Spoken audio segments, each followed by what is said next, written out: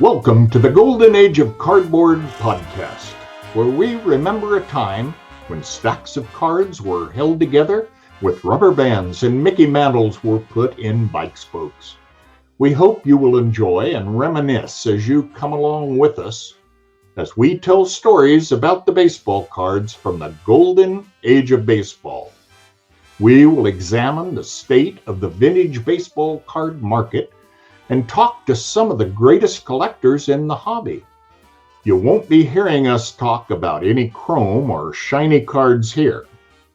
Now, to take you on this retrospective journey, here's your host, direct from the shallow end of the gene pool, my son, Mike Moynihan. Yo, and hello everybody, Mike here.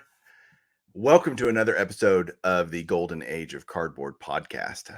And today I'm going to do a little bit of an episode that's going to be a first part of a three-part series over the next 3 weeks. I'm going to be taking a deep dive into the 50s this week, the 60s next week, and the 70s the week after. And I'm going to do it with a couple of friends. We're going to talk through these decades, talk through the different sets mainly and some key cards. Because I think as much as it's important to talk about hobby news and what's going on and just perceptions, you know, at the end of the day, I just love talking about the cards and talking about the different sets and key stuff. It's just so much fun. And I've got two guys with me tonight that are incredibly knowledgeable about vintage. And they're two good friends of mine. I'm going to go ahead and bring them on now, and then we're going to start rolling here. And that's Don from Don's Field of Dream Cards, and George from Diamond Yard Sports Cards. Hi, guys. Hey, Mike. Hey, Mike. Hey, Don. How are you guys? Hey, George. How are you? Good, thanks. Good. Well, guys, thanks for being here with me. I'm so excited we're starting with the 50s because I think we could all agree, and most vintage collectors would agree, the 50s are the just most awesome decade of cards. There are so many great sets. There was competition between Bowman and Topps, at least for the first half of the decade. So you had innovation and creativity and great players. I mean, you just had so many great names involved in baseball that had sports cards. I mean, am I wrong to just say the 50s are the best decade of sports cards? Is that too much to say? Nope. I couldn't agree more. And both, like you said, both companies have amazing looking sets. Yeah, and you had so many great holdover players from the 40s, like Williams and Musial, and not only those, but obviously just tremendous rookie card classes that we're going to go over. But I mean, that was one of my criteria was, well, how strong was the rookie card class in that set? So you have all those great players in the 40s. Basically, other than like DiMaggio. And then you have these wonderful new players that were in the game. Yeah, and I want to take it so everybody can understand. We're going to show some cards. We'll do our best to describe what we're showing if you're listening on the podcast. If you're watching on YouTube, you'll obviously be able to follow along a little bit better. But we're going to take this from three angles. We're going to each talk about we're going to talk about our least favorite set. Because as great as the 50s was, I think there are some sets that leave a little bit to be desired. Then we'll do our favorite sets. And then the last category we're going to cover is our most overrated or underrated set. Sorry. We could do overrated set too, but we'll just stick to underrated set. I do think there are some overrated sets in 50s, 1952 Topps. But I was just going to say that. Or I was thinking. Did I say that out loud? 52 Topps overrated? Great set. Like, let's not kid ourselves. The 52 Topps is great. I don't think it's as great as everybody makes it out to be. But let's go with our least favorite set our least favorite set first. Don, what is your least favorite set of the 1950s? Am I picking one for Bowman and Topps or just one? What do you think? However you want to talk about it. Okay. I bet we can figure it out.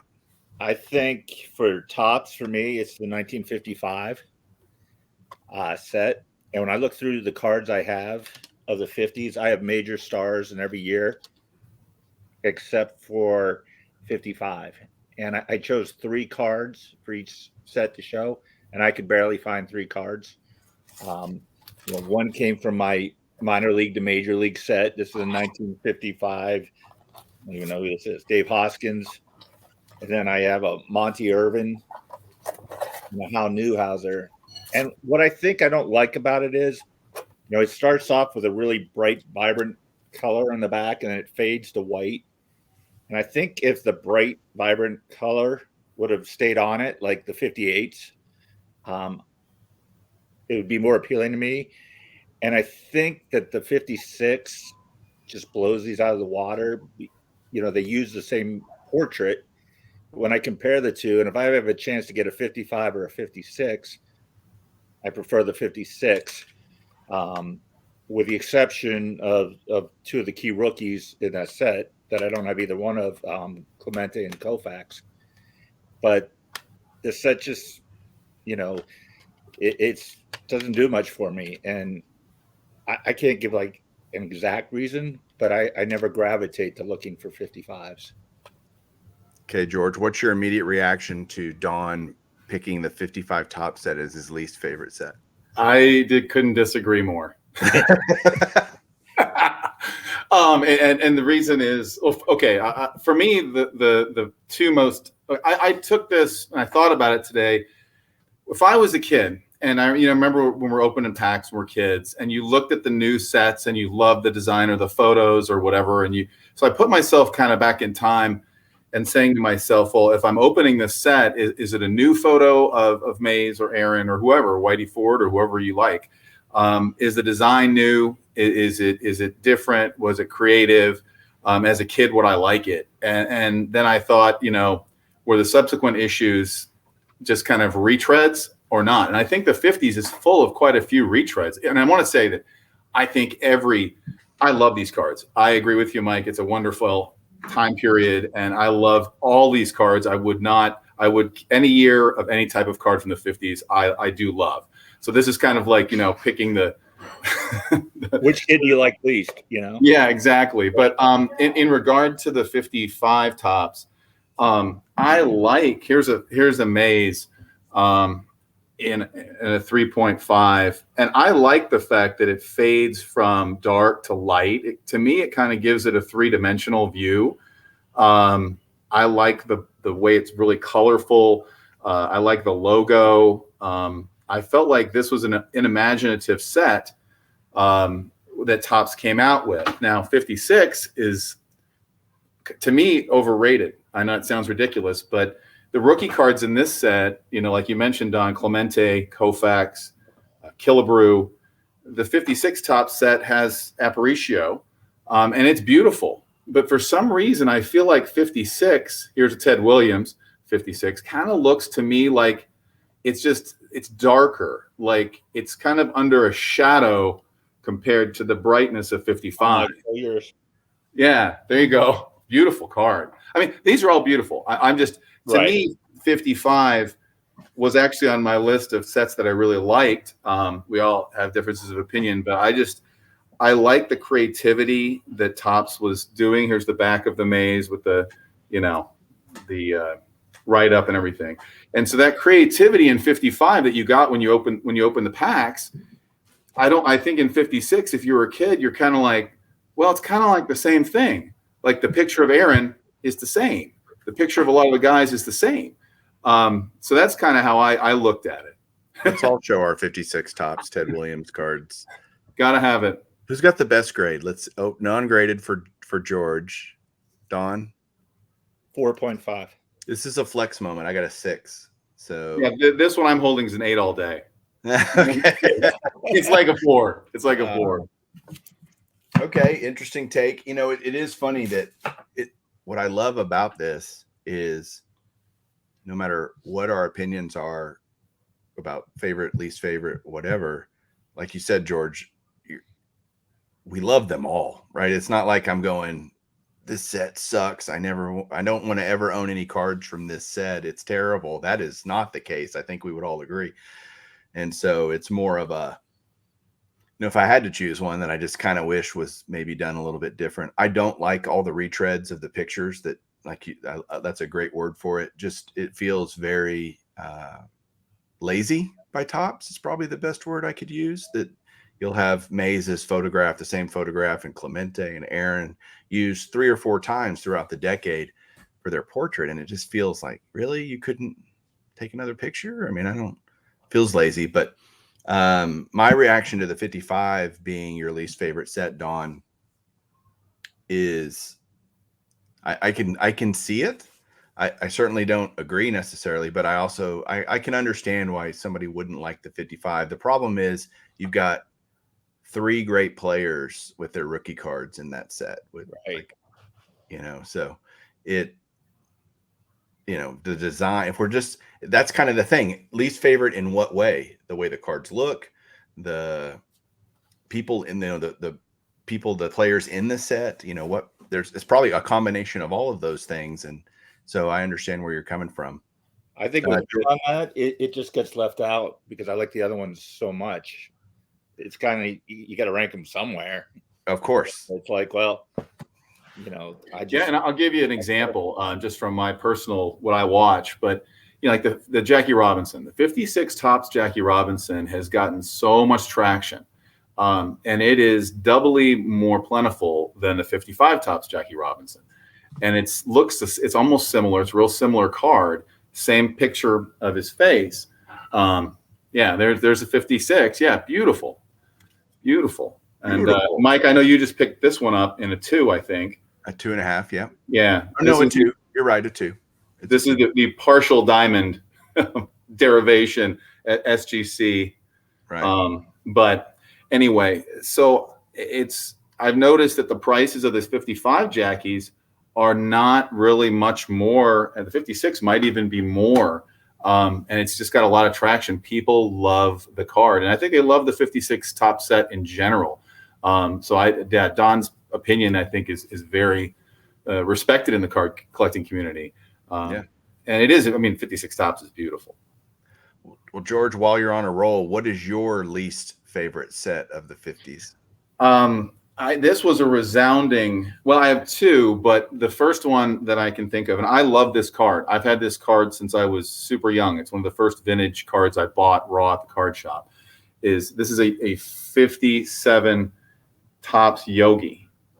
And so this Yogi is beautiful, right? It's an 8. It's great. But this set to me is Topps' first foray into taking photographs. And I think they did really, really poorly. The design to me is very unimaginative. There's like 2 colors on it. The Yogi is white. The Barra is yellow. And there just isn't much going on. Even on the mantle, they have to airbrush a guy out of the right side of the card because their photography was so poor. And I think you kind of see that carry over in their photography. Like in 58, they went with more portraits. The 57 has action shots. And I think they realized, boy, we didn't do too well on that. Let's do some portraits in 58. And in 59, let's do the oval and have less room for the cards. I'm just thinking, this is a Dobie, 59 Dobie. It's a 6 or it's an 8. It's an 8. But anyway, that's kind of my feeling about 57 Topps. The thing that really, though, brings it back is the Robinson rookies, Brooks and Frank Robinson, among others. But it is still a beautiful set. But to me, if I'm collecting Hank Aaron, I'm looking for the 57 Hank. It's probably the last 50s card I'm looking for. The Mays, I don't have a 57 Mays. It's just kind of escaped me, and I haven't made it high on the list because I'm not a super fan of the set. By the way, as we're going through this, I want everybody out there to understand we don't know what each other selected as our least favorite, and most underrated set. So as I'm hearing this, if my mouth looks agape, if you're watching on YouTube, then it might be, what? That's your least favorite? I totally understand that, actually, though, because I think Topps, when they went this photograph, obviously they made the design where it's all about the photograph and less about the design of the card. They're making this jump into using actual photographs. So maybe they were trying to recreate some of the magic from 53 Bowman color, right? Or something.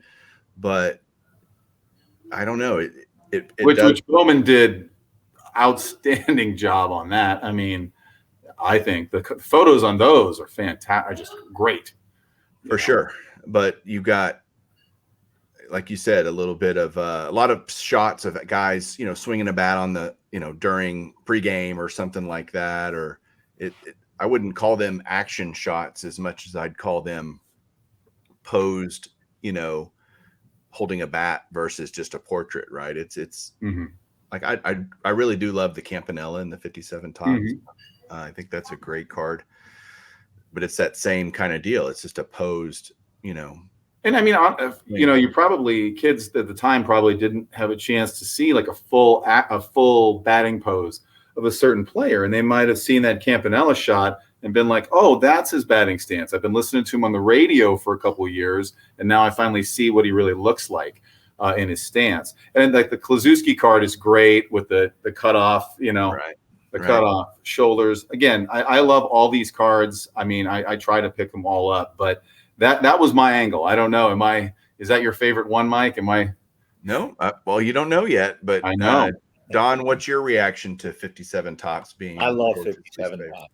So we're gonna I do agree to a point with George. Like the Clemente, I'm not a big fan of that card. It's just boring to me. You talked about the poor photography with Mantle. Well, look what they did with Aaron. They couldn't even get this right. Even though I love this card, like seriously, you let that one go by. And here's another example of what Mike was saying on the sidelines, just taking a practice swing. But I think what I like about these cards is I just like the full. There you go. Like I like the ones I'm showing, which is Ernie Banks, Duke Snyder, and Hank Aaron. I don't really like the 57 portrait shots, but there's just something about these I think are just classy looking. They're crisp. And kind of going back to what you said, George, earlier, this is something new for them after having 55 and 56, looking the same opening packs. What is that? The Campanella is a great card too. I saw someone else say, oh, everything's on the side or on the, over by the dugouts, and there's nothing imaginative to them. But, it's not my favorite set of the 50s, but I try to get as many of the Hall of Famers from this set over like the 55.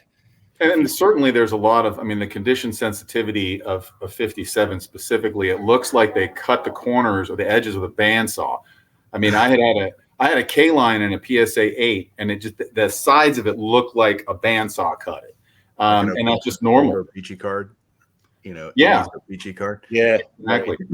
I think that also for me, the kind of lack of color, and it's really kind of, when you have a nice copy of a 57 card because the color pops, right? Because so often they don't. know how well this shows up on here. This is a 7. My glare is horrible, but this one is really nice. Yeah, that blue, and it's, that pops. You have a good copy. Straight on here, but well, I'll tell you all a story about 57 Topps and why it's kind of not necessarily my favorite set, but a little bit near and dear.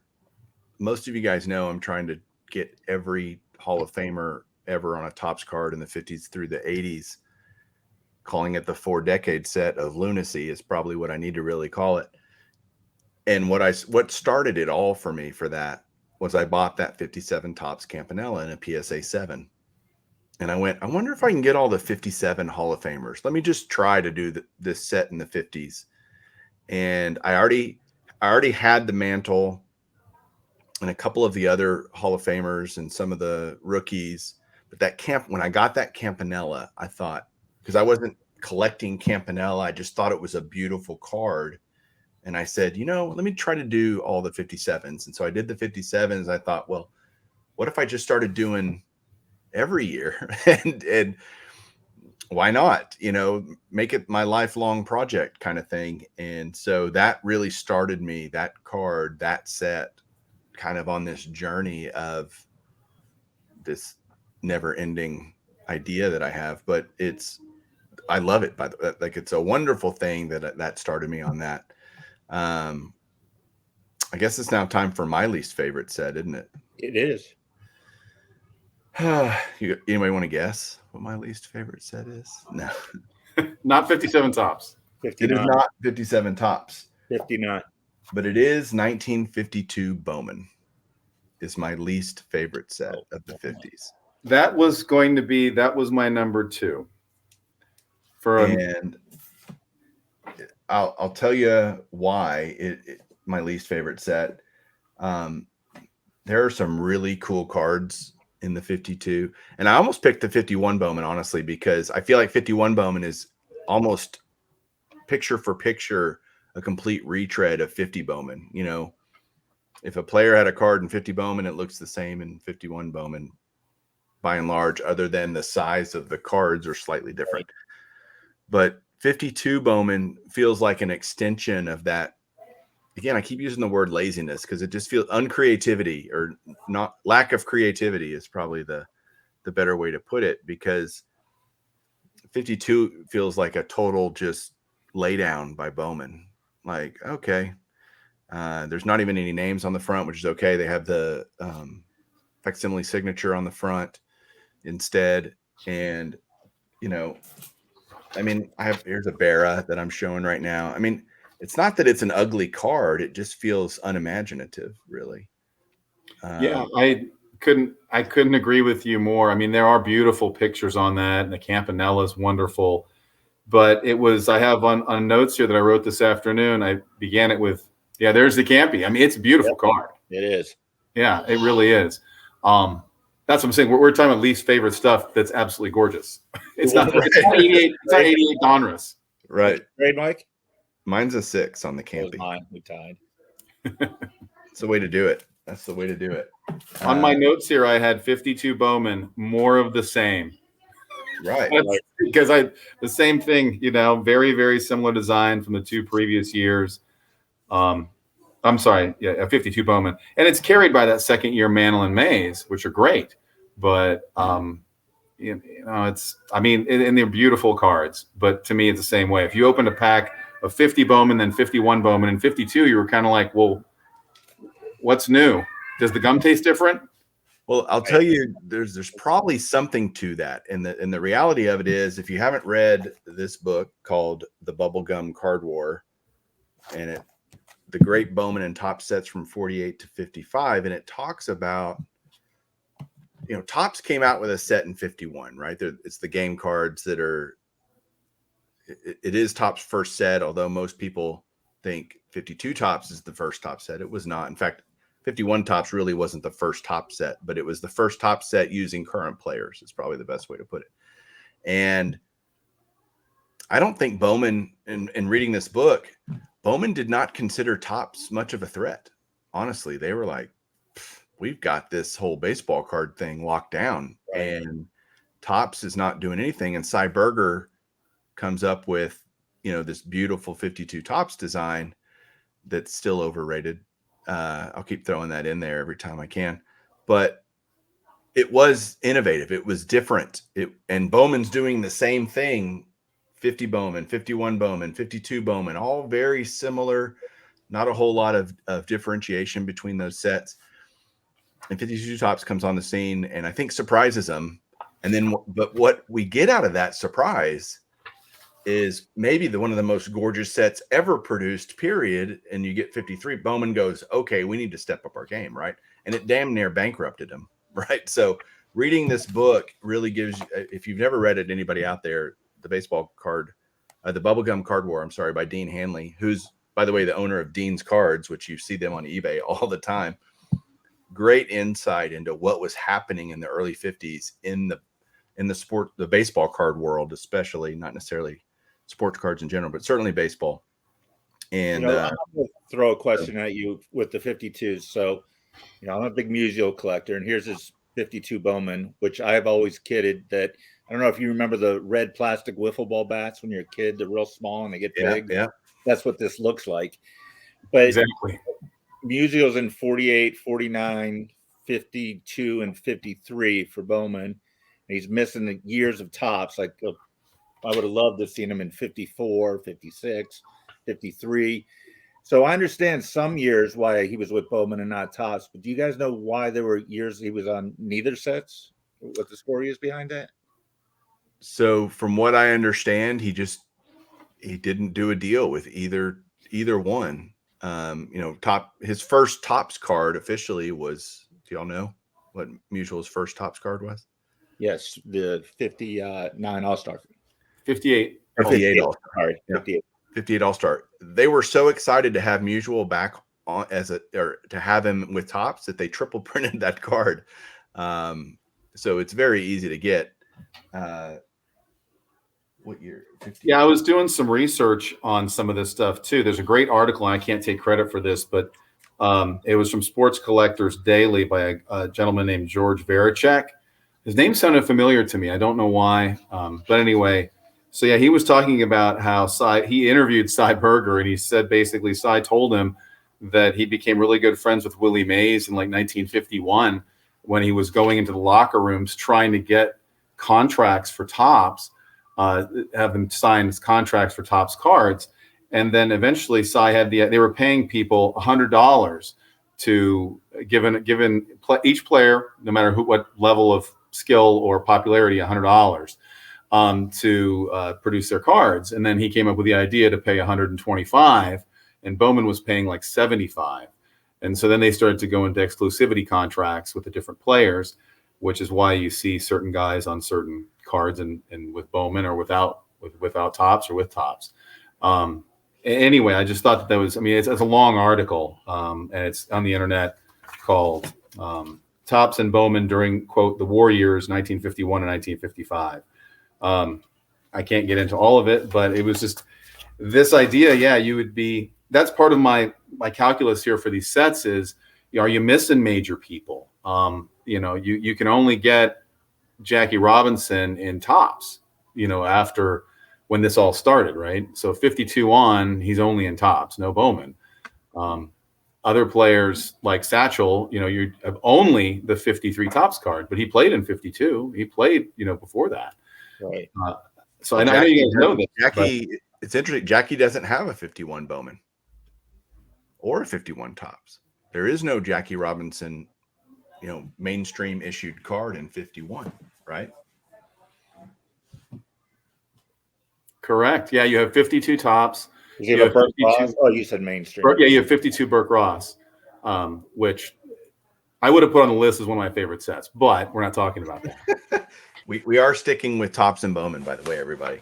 But this Bubblegum Card War book does go through the contracts and all the stories you just said about Cy Berger going to locker rooms and talking to players. It's all in here, and it's a wonderful read. If you've never read it, I get nothing from Dean Hanley from promoting his book, but it's pretty good. It's the first thing I buy from Dean. That's right. It might be the first thing we buy from Dean's card. Hey, his prices are reasonable now.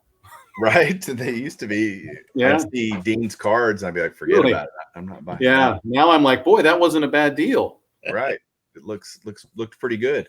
So that's my least favorite. Don, what do you think about my least favorite, 52 Bowman? I get where you're coming from. Because it is just a copy of the year before. It's just those three sets are just beautiful to me because I like the artwork, the paintings. And again, it's like picking your least favorite kid. It's so hard.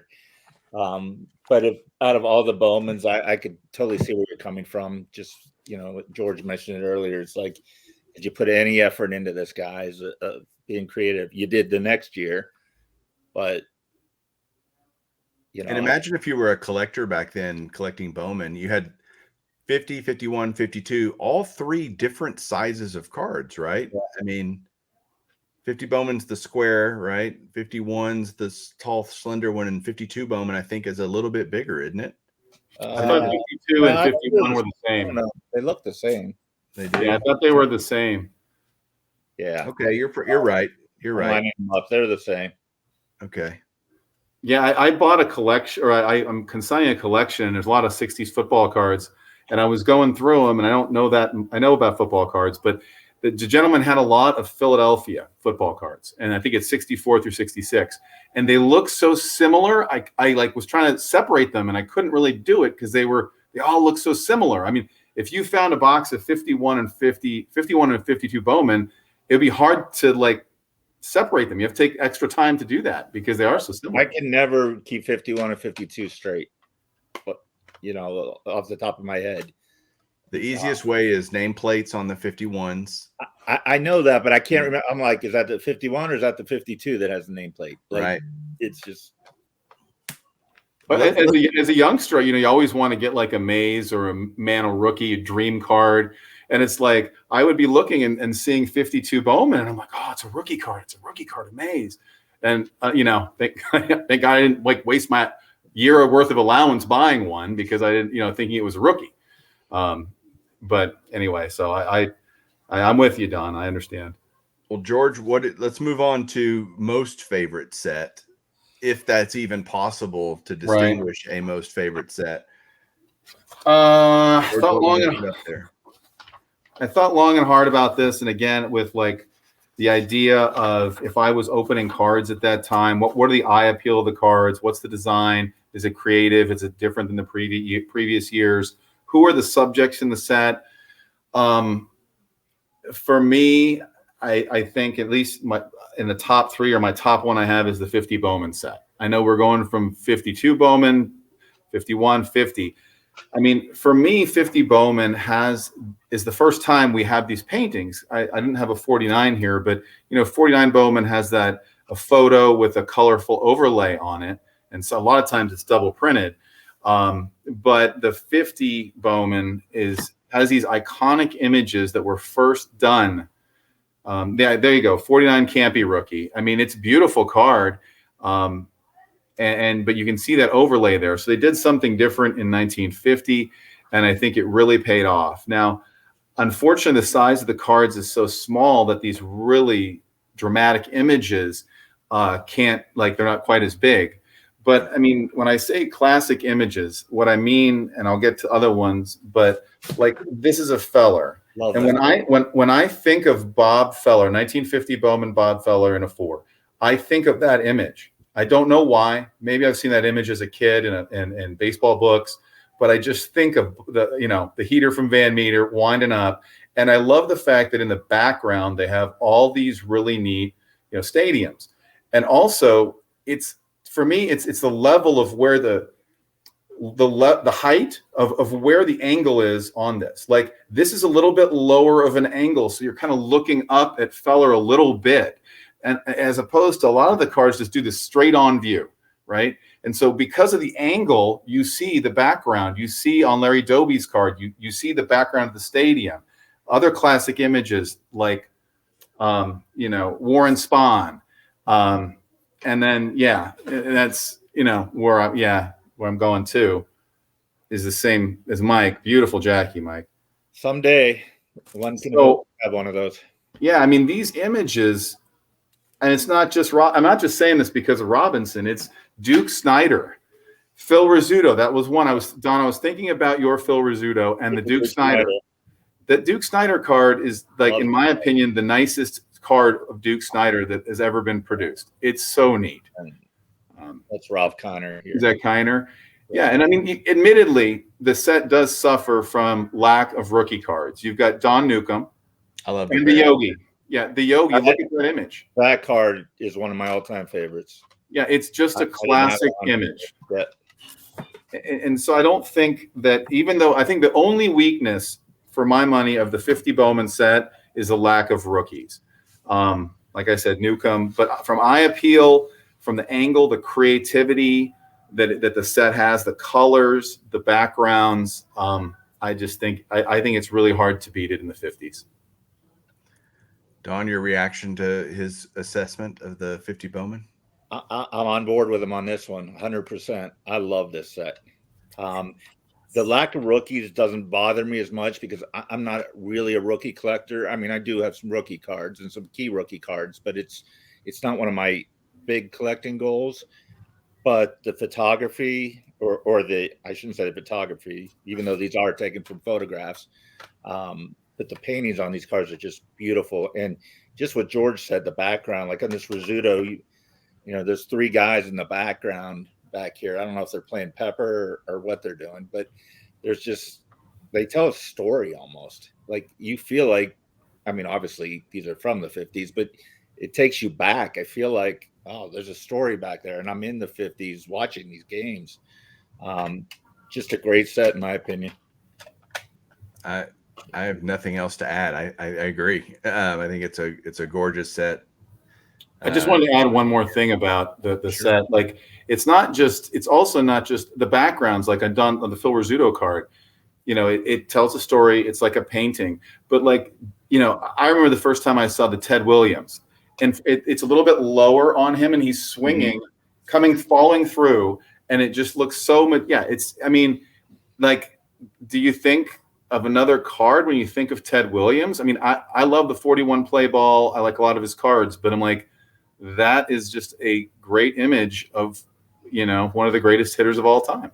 You know, it's interesting that that you have just opened my eyes to about this set that I had not ever thought about, because these were taken from photographs, as Don said. Think about all the later Topps card from 57 on. 95% of the photographs were either taken at Yankee Stadium or the Polo Grounds or Ebbets Field, right? And so you don't get a diverse background, but you've got in the 50 Bowman, Ted Williams in his home whites for the Red Sox at Fenway Park. And that's not something you get for a long time with Topps, because they take all the photos, and later on you get all the pictures at either Shea for the National League guys or, you know, Yankee Stadium for the American League guys, by and large. So that's a great point. I never thought about that till right now. So, It's fun looking, you know, do a Google search for those photographs. I've seen the Barra, I've seen the Duke Snyder. You know, it's just really cool to see the actual photograph that these were painted from. the Jackie is out there. I mean, you can find that picture that the Jackie that's used for the Jackie picture. So I get it. Don, what about your favorite set? Oh, where do I start? I really can't pick one. I mean, I'm going to pick one Bowman, and I got to go with a couple of the tops. So the 50 Bowman is probably my favorite Bowman, but the 53 is right there. This is Warren Spahn. And then it's the 53, 54, 56 for the tops. You know, and I know you said pick one. I just can't. You know, there's Barra. It's like they're just great. And the 54s, I was telling Mike before we went on, I only need 3 more 54s for the Hall of Fame set. And it's Barra, Doby, and Snyder. And they all have that pea green background. Reminds me like of the old refrigerators. I don't love those 54s, but the rest of the set, love it. So if you had to hold me down to one, I guess I'm going to say 56. You know, all I need is Mickey Mantle for the Hall of Fame run. And so I'm going to say 56 tops. Great Campanella. What's your grade on that Mantle? 3? No, a 2. 2. And I don't even care. No, I would. I'm just glad to have it. Yep, I hear you, because I don't have it. That's a great card, that Clemente. I like that better than his rookie. I do too, even though I say I like 55 better. So I'm going to go with, for my favorite set, again, very, very difficult. I have such an affinity for the 53 Bowman color. I love 58, the colors. I do as well. But I have to go with 54 tops. It's my favorite set. And if I had to choose one, and it's all the things you've already said, Don, but you've got Hank Aaron's rookie. You've got Ernie Banks's rookie. You've got Al Kaline. Tommy Lasorda. I'm going blank. Al Kaline. And then you've just got so many of these great players. The only negative for the 54 tops is it doesn't have Mickey Charles Mantle in the set. He only has a Bowman card in 54, so, and in 55, but you only have Bowman mantles. And so that if you had a Topps mantle in the 54 top set, it would be like over the moon. And it's still gorgeous. I do love all the colors. I actually like the pea green ones. I'm looking for, who were you saying has the pea green? Dobie, Snyder, and Barra. So here's my Snyder. I mean, it's not a great combination with the blue, but it's definitely. Yeah, it's ugly.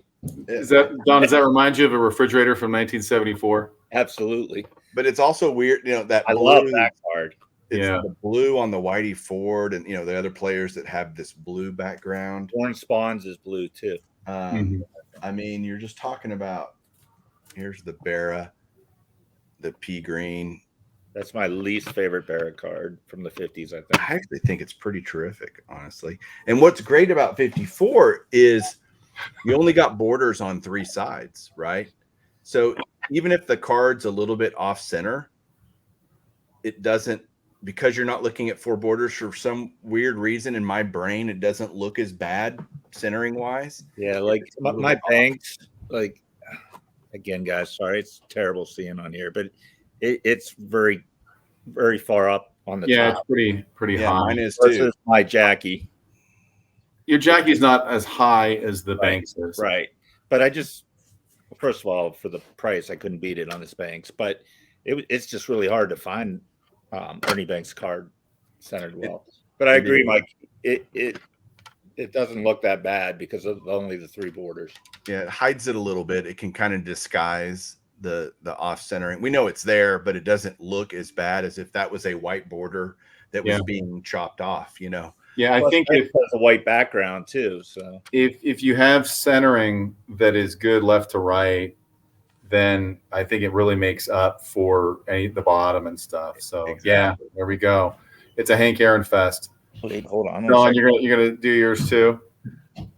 Yeah, I Mike, I agree with you too, because this back, the green back and the multicolored back, I really like this. I mean, you really took time on the back. If you really touch the card stock, it's a quality card. Never a bad time to buy a Hank Aaron rookie. I've heard people say that. Eric. What I think about this set too is you've got the 2 Williams. Yeah. Yeah. The fact that there's 2 Ted Williams cards, because that's when he made his triumphant return to Topps after being a Bowman guy. He doesn't have a 53 card, right? They were saying that he doesn't have 53, or there's a 52 Burke Ross, but because he was in Korea. Right. I think that's one of the reasons that they say. I don't know, if it's contracts as well, probably is, but that he didn't, he wasn't playing. So that's why Whitey Ford doesn't have a 52 card. Mm-hmm.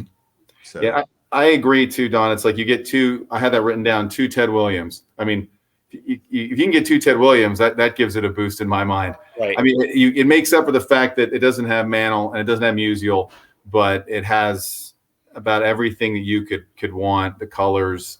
I mean, it's just I agree. I think it's one of the top sets for sure.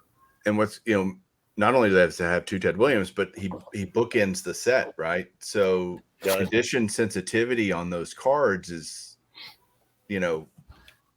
obviously heightened because of people rubber banding them and throwing them in their shoe boxes and whatnot. But it just makes those cards even more desirable, more difficult to find in really nice condition. Mine are, I think, my what are you talking about? 54 here. Sorry. My number 1 card, the Ted Williams card number 1 is a 4. And then 4.5. No, 3.5. I'm sorry. I have a 3.5. And then my number 250, I think it's number 250, right? Yeah. Yeah. Is a 2.5. So that's what mine is, 2.5. And I think it's a great looking 2.5. I do too. I'm like, I love this card. Like, are you kidding? Yeah. So that's the other great thing. Some sets mask defects worse than others. And I'll tell you, for me, on the 50s cards, and then we'll get to underrated sets. 50s cards, the biggest thing to me and I think for everyone, is obviously centering. Then you've got some sets that are prone to bad registration, double printing or, blurry images, etc. But there's a thing that happened in the 50s a lot that didn't happen a ton in subsequent decades, and that's snowing on the card, right? Basically the surface of the card gets wiped away from laying, rubbing against other cards or whatever, would cause that. And that bothers me a lot. If I won't buy a card with really any snowing, but certainly significant snowing, I'll pass. Even if it's a okay technical grade, the snowing will just distract me because it takes away from the image. I'd rather have a rounded corners off center with a beautiful image than a beautifully centered, perfect corners and a bunch of snowing. Is that crazy? If it's got snow on it, it's pretty much out for me. Like I watched a really nice 59 Mantle yesterday go off. It was in the middle of the day, so I'm thinking maybe I can snag this card. And I looked on my phone, it looked fine. And then I went to my office and I saw it on the computer, centered, really nice colors, and there was just snow all over his face. I mean, I'm not going to buy that. I'm just not going to buy that card, even if it's a great deal. It just detracts so much from the eye appeal of it that it's just. And like 57 really suffers from the snow badly. I don't see it so much on 56s. I guess you see it a little bit on the 54s, right, Mike? A lot, especially the Aaron rookie and the Banks, for whatever. I mean, maybe that's because that's the cards that you see the most probably on that set. But I see tons of Aaron rookies with snowing all over his face, and I'm like, nope, not for me. Fish eyes bother me too, along with the snowing. Like the 58s, the Warren Spawn. The one I have has one fish eye, but a lot of them had 6 or 7 all over the card. And and I think that 58, I'm thinking back to the different sets. Like I don't remember many fish eyes on like 53 tops, 54 tops, 55, 56, but for some reason, 58 is riddled with them. And so is 59. 59 so much, 60 has a lot of them too. Yeah. All right. So I'll go first this time since you guys have gone first on the other two. And I'm going to pick for my most underrated set of the 50s. And I've been kind of hinting at this the last few months, just in general, because I've been talking about it. But 1955 Bowman is my most underrated set. And there are so many people out there that they would use the word hate the design of 55 Bowman. And that's great because that just means they're not out there competing for the same cards that I'm looking for. But I absolutely think the 55 Bowman set is totally underrated because it was at least a different design. You may not like it, the TV cards, you may think that's a silly concept, but at least it was different. And remember, this is the age where television is just becoming prominent in the United States, in living rooms across America, and games are starting to be televised. And it brought the world as it was in that time something very up and coming and innovative, and brought it to baseball cards and matched those two together. We look at it now and go, that's a ugly. In 2021, we go, that's a butt ugly television. So who would ever own that television set? But I think it's just different and creative.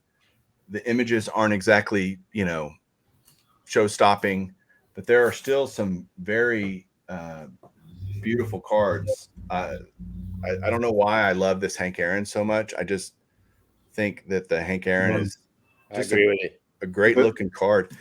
I love the dark borders more than the lighter borders. They have but Mike, what is the reasoning behind that? Because my K line has the light borders. So it's what series they were.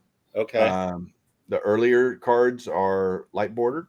The later cards in this, I can't remember where the line of delineation is for that, like what card number, but the Maze is just a great looking card. And what's to me with this card, I'll take an off-centered one, rounded corners, but just like I hate the snowing on some of the other like 54s and whatever, if these chip so easily, that wood grain border chips so easily, that I'll take like my maze, got some bad corners and stuff, but there's no chipping or minimal chipping, I should say.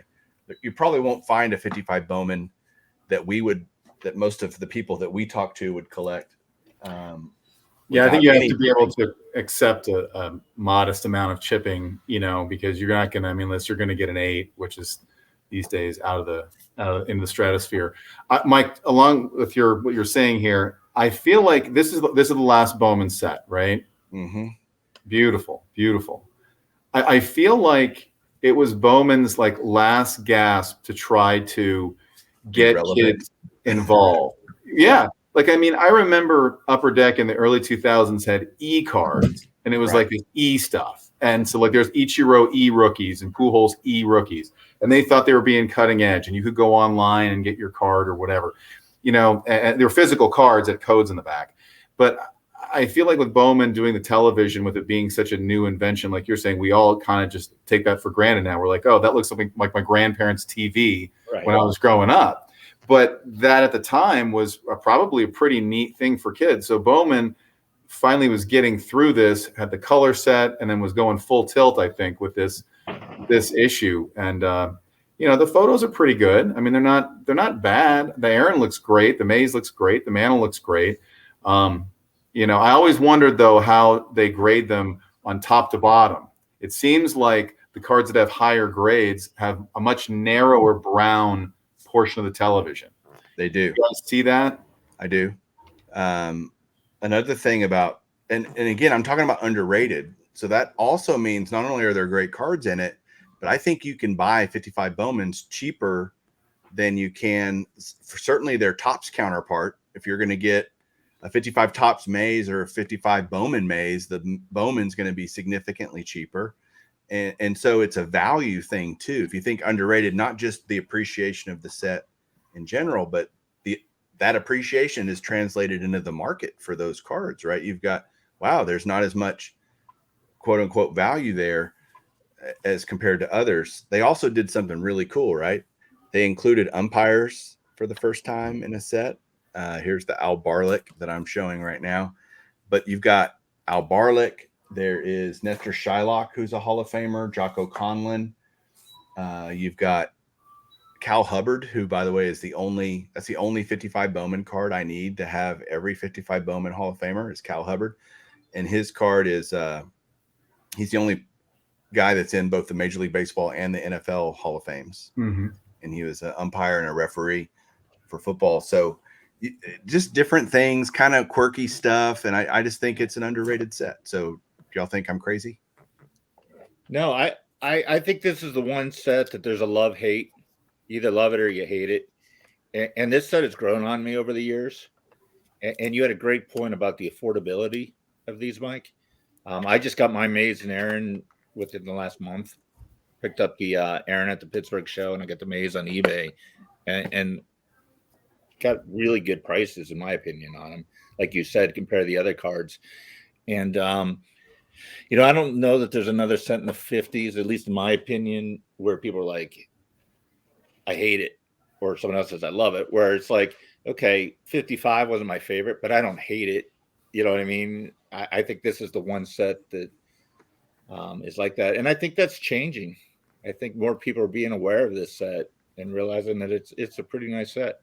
Yeah, I think you're right, Don. I think the gap between the 55 Bowman and the price gap has kind of narrowed, at least as I've seen in the last 4 years.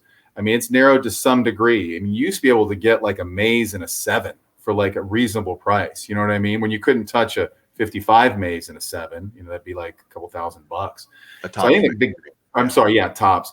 The gap's kind of people are respecting the set more. But to your point, Don, about a set that's more polarizing, I can't think of one with the all-time Hall of Famers in the 50s that's more polarizing than that set. Right. And the 55 Bowman. The only one I can think of that people have a disdain for kind of is the 51 Topps set with the small cards and that set doesn't have a whole lot of Hall of Famers to it, but it gets a lot of either you love it or you don't, but it's not like 55 Bowman. Yeah, there you go. The red backs and the blue backs. you've got Yogi's, probably Yogi, Monty Irvin. Those are some of the great. Early win, Ralph I don't Kiner. have it yet, but Kiner. that'll be my first one. I don't have any of those. Feller, and those are super reasonable. I mean, you can go online right now and find Warren Spahns and 8s. There you go. There's a Kiner, I think. Yep. They're actually, it's the Kiner. The 51 tops is very relatively reasonable, not cheap. No card in the 50s of a Hall of Famer or great of the game is cheap from my perspective, but they are relatively inexpensive. But you can buy them in really high grades, shockingly high grades, because they're already rounded corners. It's not like you have to. They grade pretty easy. Centering's obviously an issue 51. But George, what is your most? I'm trying to move things along here. We've gone almost an hour, which, by the way, we could talk. Literally, the three of us could talk for. I was gonna say, we haven't even talked about half a day. But George, what do you think is the most underrated set in the 50s? For me, I'm going to go to, okay, there's a lot of sets you can talk about that are 52 tops, 51 Bowman, 50 Bowman color. But I really think that 58 tops and 59 tops are really underrated. They're 50s cards. And like the colors, the background colors on these are just gorgeous. So and again, they suffer from fish eyes or whatever, but this is a 50, this is a Maze, and Don's got one up there too. 58. What number is Maze? 5. 5. There we go. The trifecta of Willie Mays. And it's a great card of Maze too. He's smiling. He's happy. He looks frustrated sometimes. But I think that this set also, what makes the 58 top set great, one other thing, is not only the colors and the pictures, but like we mentioned earlier, it's got the first card of Musial, which, one of the top 10 position players of all time, in my opinion. And it's just this all-star set, they did it right. This all-star set is riddled with Hall of Famers, right? You got the first one too. First all-star set.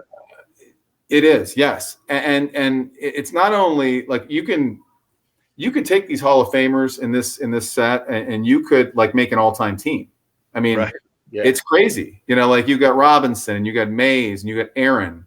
There's your outfield. I mean, that's an all-time outfield. Then you got Mantle. And you didn't put Mantle in there. Yeah, Clemente. He's not an all-star, but yeah. I know. Yeah, but a beautiful card, and another thing somehow. Yeah, one thing I really love too is the 58 All-Star cards on the back shows you, what they did against other teams in the league the previous year. And that was something you couldn't get. Where are you going to get those statistics in 1958, right? Right. I mean, if you look at Musial here, it always killed me here. Musial against Cincinnati in 1958 hit 460. 460. If you were a Reds fan, you knew that. But so that when you look at these cards, you're like, man, Aaron killed the Cubs this, in that year or whatever. And I think that's just a really cool piece of information that's not given on any other set in the 50s. And so that in concert with the great cards, I think it's Cepeda's rookie. I'm trying to think of other rookie, Maris's rookie. So you have some rookies to hang your hat on, and you have those vibrant colors. 59. What can be said about the Gibby rookie? I think 59 is also a really creative set. It's got the diagonal name, which I think is really neat, all in lowercase. And it's a set that I actually collected when I was growing up quite a bit. This is actually an Aaron from when I was growing up that I kept over the years. So, I think 59 and 58, as much as they're the end of the decade, I think they really are underrated. They are bargains, really, kind of, especially the All-Star cards. Those are deals. You can get them. You can still get into a Mantle, and it won't, break the bank. Right. Another thing you didn't mention. Robinson in 59. I do too. And this Hank Aaron in 58, which reminds me a lot of the Mays. So keep your Hank Aaron up for a second, because there's something that happened in 58 that had not happened before, and you see variations for the first time, really, in a major set. Because I have the Hank Aaron, but I have the yellow name version, which is much more difficult. Yours is the white name. Right. And I still want to get the white name. I'm actually trying to bid on one tonight. But the variations I don't know the story if that was intentional or probably unintentional. Topps isn't that smart to think, hey, we're going to do this differently and people will care later. But I believe this card too, there's a different variation. The 58. yeah, the Clemente. I think there's a white or something, or yeah, it's the team name on the Clemente Right. is either yellow or white. And so you had this thing pop up that was discovered at whatever point by collectors and became collectible in and of itself. And oh, you have these two different things. In 69, you know, later that kind of was the mantle white letter version in 69, you know. Here's the 59 that I bought, and I mostly collect Hall of Famers, but this blue with the Yankee black or navy blue there, I just thought it popped. I love the baby blue, North Carolina blue on that card. It's he probably should be a Hall of Famer, honestly. I agree. 59 is one of those sets that if you see it in a binder, you just want to flip through it just to see all the different color variations and how it changes and throughout the set. And it's I agree, it's pretty underrated. Don, what's your most underrated set? I'm going to go with 53. And the only reason is because I think 52 overshadows it. And so I'm basically saying 53 is underrated compared to 52s. I don't think it should be. I just like the 53 Mantle. Everyone's going after the 51 Bowman, the 52 Mantle. You don't hear the 53 as much. Same with the Mays. They're awesome cards. Here's a Pee Wee Reese. You know, again, we're going back to that art look. Ralph Kiner, Jackie. My Jackie's in the safe, so I couldn't get in.